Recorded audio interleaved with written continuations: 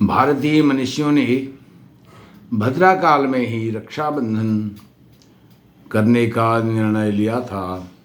जब भारत में गुलाम वंश आया 1210 ईस्वी से भद्रा काल में ही मनुष्यों ने और समस्त सनातनी समाज ने भद्रा काल में ही रक्षाबंधन मनाया और वह परंपरा आज तक चली आ रही है। मित्रों नमस्कार, मैं हूं पंडित कैलाश चंद्र जोशी और आप देख रहे हैं मेरा यूट्यूब चैनल संस्कृति सेज। मित्रों सर्वप्रथम आप मेरे चैनल को सब्सक्राइब कीजिए, मेरी वीडियो को लाइक कीजिए, शेयर भी कीजिए। मित्रों जब भारत में गुलाम वंश आया, गुलाम वंश 1210 के आसपास आया और हम जानते हैं गुलाम वंश के बाद कई राजवंश, क्रूर राजवंश हमारे भारत में आए और उन्होंने यहाँ पर क्रूरतापूर्वक राज्य किया। गुलाम वंश, खिलजी वंश, तुगलक वंश, सैयद वंश, लोधी वंश और मुगल वंश, इन राजवंशों ने क्रूरतापूर्वक यहाँ पर राज किया।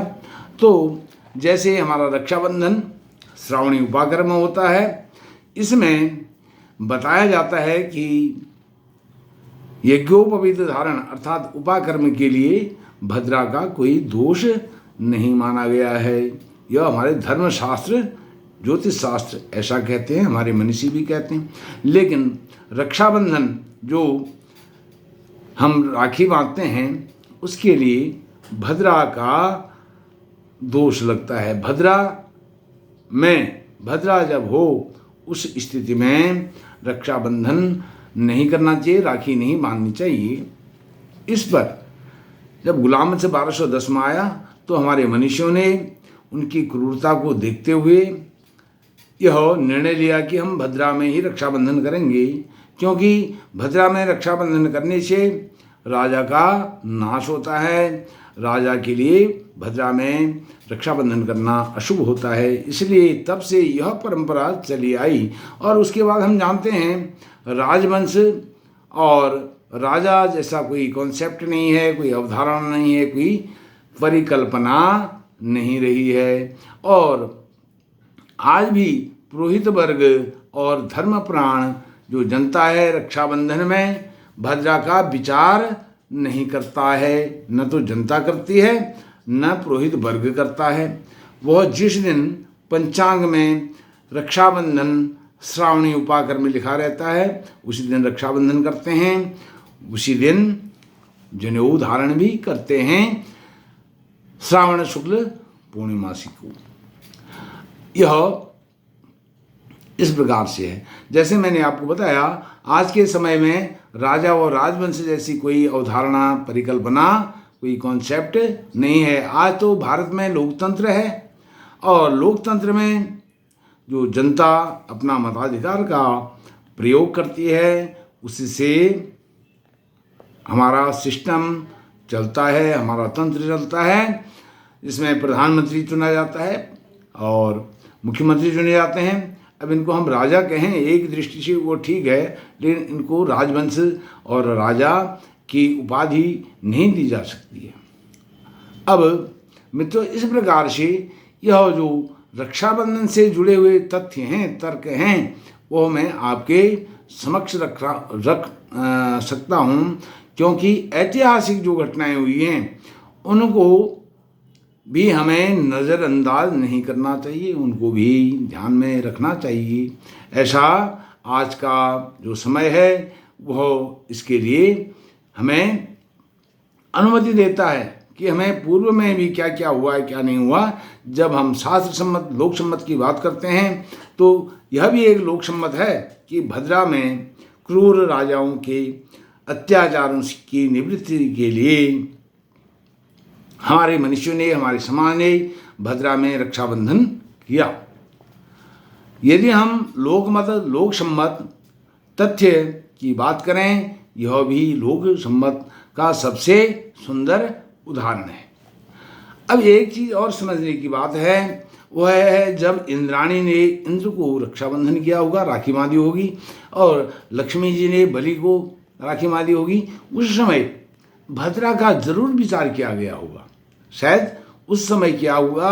और ऐसा ही हमारे धर्म ग्रंथ भी कहते हैं, हमारे जो वैदिक ग्रंथ हैं, ज्योतिष ग्रंथ हैं, वह भी कहते हैं कि भद्रा में रक्षाबंधन नहीं करना चाहिए और उपाकर्म के लिए भद्रा में ही यह करना चाहिए, क्योंकि पूर्णिमा जब आरंभ होती है भद्रा भी आरंभ होती है, तो भद्रा में ही यज्ञोपवीत धारण करना चाहिए। यह है। इसके बाद अधिकांश जो पंचांग हैं, सभी पंचांगों में रक्षाबंधन व उपाकर्म 30 अगस्त 2023 को ही दिया हुआ है। कोई भी पंचांग ऐसा नहीं है जिसमें 31 तारीख को दिया हुआ है। अब यह मतिभ्रम, यह भ्रम की स्थिति कहाँ से उत्पन्न हुई है? यह एक आजकल का जो सोशल मीडिया है, कुछ तथाकथित बुद्धिजीवी हैं, तथाकथित विद्वान हैं, उन्होंने यह भ्रम की स्थिति उत्पन्न की हुई है। अब ज्योतिष के जो अधिकारी विद्वान हैं, पंडित हैं, और वह भी सब 30 अगस्त को ही रक्षाबंधन को शास्त्र सम्मत मानते हैं और उसमें वह सब एक मत हैं। जितने भी पंचांगकार हैं और अन्य ज्योतिषी हैं, ज्योतिष के अधिकारी विद्वान हैं, वह भी 30 तारीख को ही रक्षाबंधन एक मत से मानने के लिए तैयार हैं और वह प्रेरित भी कर रहे हैं लोगों को। अब लोक सम्मत कभी भी शास्त्र सम्मत से ऊपर नहीं हो सकता। जो लोक सम्मत है वह शास्त्र सम्मत से ऊपर नहीं हो सकता। और तथाकथित जो विद्वान हैं, बुद्धिजीवी हैं, इन्होंने समाचार पत्रों में शास्त्र सम्मत को तिलांजलि देकर के लोक सम्मत लोक व्यवहार को सर्वोपरि मानकर समाज में भ्रम की स्थिति उत्पन्न करी है, समाज को भ्रमित किया है। वह किस महत्वाकांक्षा में यह सब कर रहे हैं, उन्हें यह आत्म अवलोकन, आत्मचिंतन का विषय है। उनको जो उन्होंने समाचार पत्र में अपने लेख प्रकाशित किए हैं, अपने मंतव्य दिए हैं, अपना मत प्रकट किया है, उन पर उन्हें पुनर्समीक्षा करनी चाहिए, समीक्षा करनी चाहिए। और उसके बाद पुनः 30 तारीख के पक्ष में जो समाचार पत्र हैं उनमें 30 तारीख के पक्ष में फिर से यह लिखवाना चाहिए, छपवाना चाहिए, समाचार पत्रों में प्रकाशित करवाना चाहिए। सनातन धर्म में अब मैं आपको बताता हूँ एक शास्त्र सम्मत लोक सम्मत की जो बात होती है। सनातन धर्म में विवाह शास्त्र सम्मत भी है और लोक सम्मत भी है। विवाह जो संस्कार होता है वह शास्त्र सम्मत भी है, लोक सम्मत भी है। और उसमें जो धूल्य अर्घ है, धूल्य अर्घ आज किस समय में हो रहा है, उसकी समयावधि क्या है? विवाह से पूर्व जो धूल्य अर्घ होता है, वर का, बारात का, कन्या के घर में जो आगमन होता है, पदार्पण होता है, वह गोधूली का समय होता है। क्या इन बुद्धिजीवी विद्वानों ने, तथाकथित विद्वानों ने इस विषय में आज तक समाज को प्रेरित करने के लिए कोई ऐसा कदम उठाया है? समाचार पत्र में कोई ऐसे लेख लिखे हैं? समाचार पत्रों और सोशल मीडिया के माध्यम से या अन्य माध्यमों से समाज का मार्गदर्शन किया है? कदापि नहीं किया है, कभी नहीं किया है। रात को 11-11 बजे तक बारात आती है, फिर धूल्य अर्घ होता है। यह भी तो लोक सम्मत और शास्त्र सम्मत की हत्या है, उसको तिलांजलि दे दी गई है। तो इसमें हम क्या काम कर रहे हैं अपने समाज के लिए, अपने समाज के कल्याण के लिए? यह भी हमें अवश्य ही सोचना पड़ेगा। मित्रों, यह इस विषय में आप क्या कहते हैं? आपका क्या विचार है? आपने, हमने, यह सब हम सब की एक सामूहिक एक जिम्मेदारी है, उत्तरदायित्व है कि हम समाज को, आज जब दुनिया इतनी अपने आप को शिक्षित अनुभव करती है और इंटरनेट, इंफॉर्मेशन टेक्नोलॉजी के माध्यम भी बहुत वाइब्रेंट हैं, फिर भी हमारा समाज भ्रमित हो रहा है और हम सब लोग इसके जिम्मेदार हैं। हम उस भ्रम को तोड़ नहीं पा रहे हैं और भ्रमित करने वाले लोग अपने मनसा में वह कामयाब हो जा रहे हैं, सफल हो जा रहे हैं।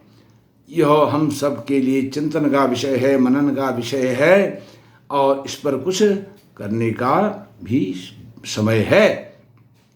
तो यह दोहरा चरित्र नहीं चलेगा।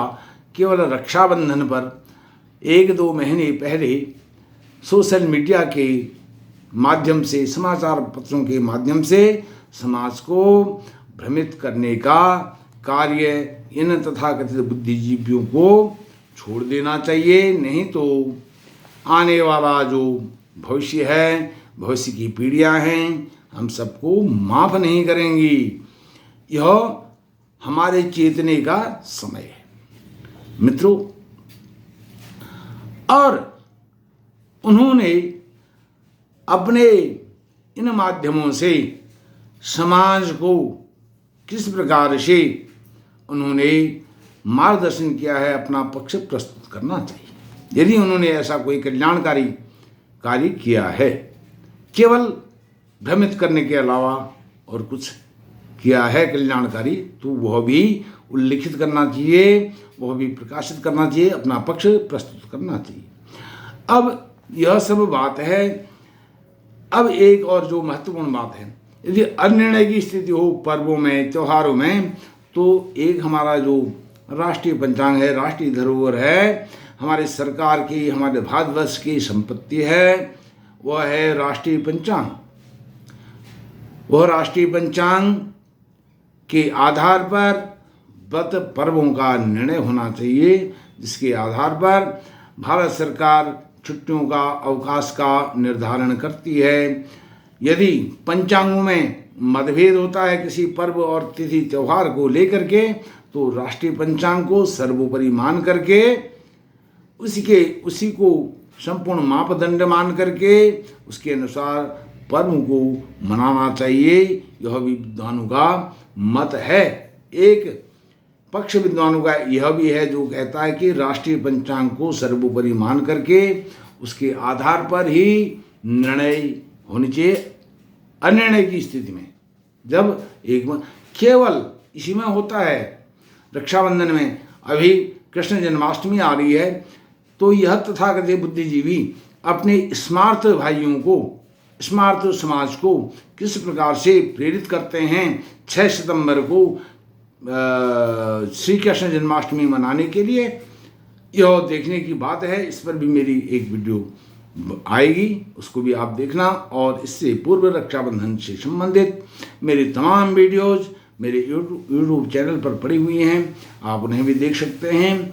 यह भ्रमित करने का हमें कार्य अब नहीं करना है और नहीं सहना है, सहन भी नहीं करना है और इसको करने वालों को एक्सपोज भी करना है।